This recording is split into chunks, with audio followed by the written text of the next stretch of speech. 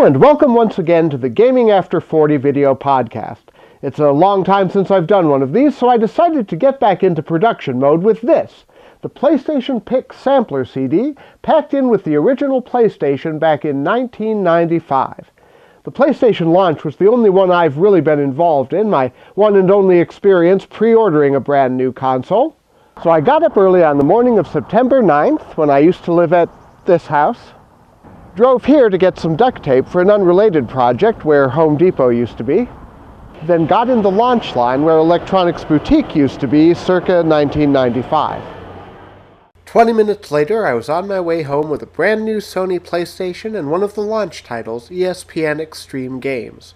One of the reasons I only bought one game, besides the fact that the PSX was fairly pricey for my budget at the time, is that I expected to get some free entertainment out of this little purple sampler disc. Looking at it again after almost 2 decades brings back a flood of memories. I eventually had to buy a second PlayStation after the first one gave out, but this sampler disc still captures that day one vibe, full of possibility even if the execution was a little shaky.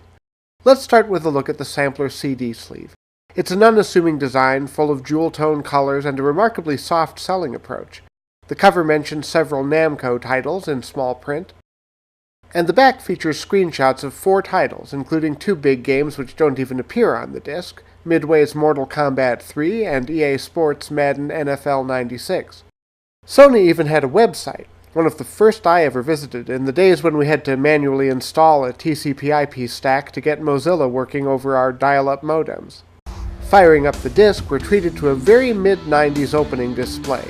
A CD-quality stock rock theme and would-be dramatic ADO pop-ups of screenshots. Then we're on to the game menu and all it has to offer.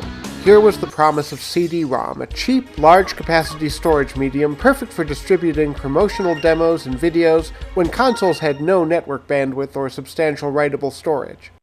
Eager new PlayStation owners were treated to playable demos of ESPN Extreme Games, a derivative but fun and for its time visually impressive Road Rash-inspired racing/fighting game that remains one of my favorite early PSX games. Jumping Flash, a quintessentially Japanese first-person collect-em-up with bizarrely whimsical characters and garage shading to help make up for its minimal texturing. And Battle Arena Toshinden, a fast-paced 3D fighter developed by Takara. We also get to play Psygnosis' seminal futuristic racer Wipeout, one of the games that put the PlayStation on the map. Namco came out of the gate with several heavy hitters, Ridge Racer, Tekken, and Air Combat, featuring some impressive real-time rendering running on the PlayStation hardware. We're also given a peek at soon-to-be classic Twisted Metal and Airborne Blaster Warhawk, both developed by Singletrack, and a live demo of Psygnosis' underrated Destruction Derby. Sony backs these up with canned footage of Philosoma, a sci-fi shooter with beautiful spooled backgrounds, and Kiliak, the DNA Imperative, the only game on this disc I had completely forgotten about. Of course, the 32-bit 3D era was young, and some of the hype doesn't resonate all these years later. The canned video looks muddy and grainy, and the pre-rendered CG animation of the era is often stiff and awkward. There's a whole lot of lens flare going on, and the playable demos require a good deal of loading screen patience. And the PlayStation hardware itself was impressive but limited. Polygon pop-in, distortion, and tearing were still par for the course, and there was no texture filtering or MIP mapping.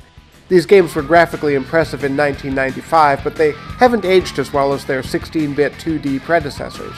There's no doubt that this was a launch-era sampler. The PS1 classics most players remember today were almost nowhere to be seen. Ridge Racer, Tekken, and Twisted Metal spawned long-running series, and Battle Arena Toshinden made an unexpected splash, but games like Philosoma and Kiliak were soon forgotten. But in September of 1995, this shiny little demo disc gave gamers an advance peek at the next generation. And for the first time after gamers weathered the Atari Jaguar, 3DO, and Sega Saturn, we weren't disappointed. The PlayStation took off and enjoyed a long and healthy life in the marketplace.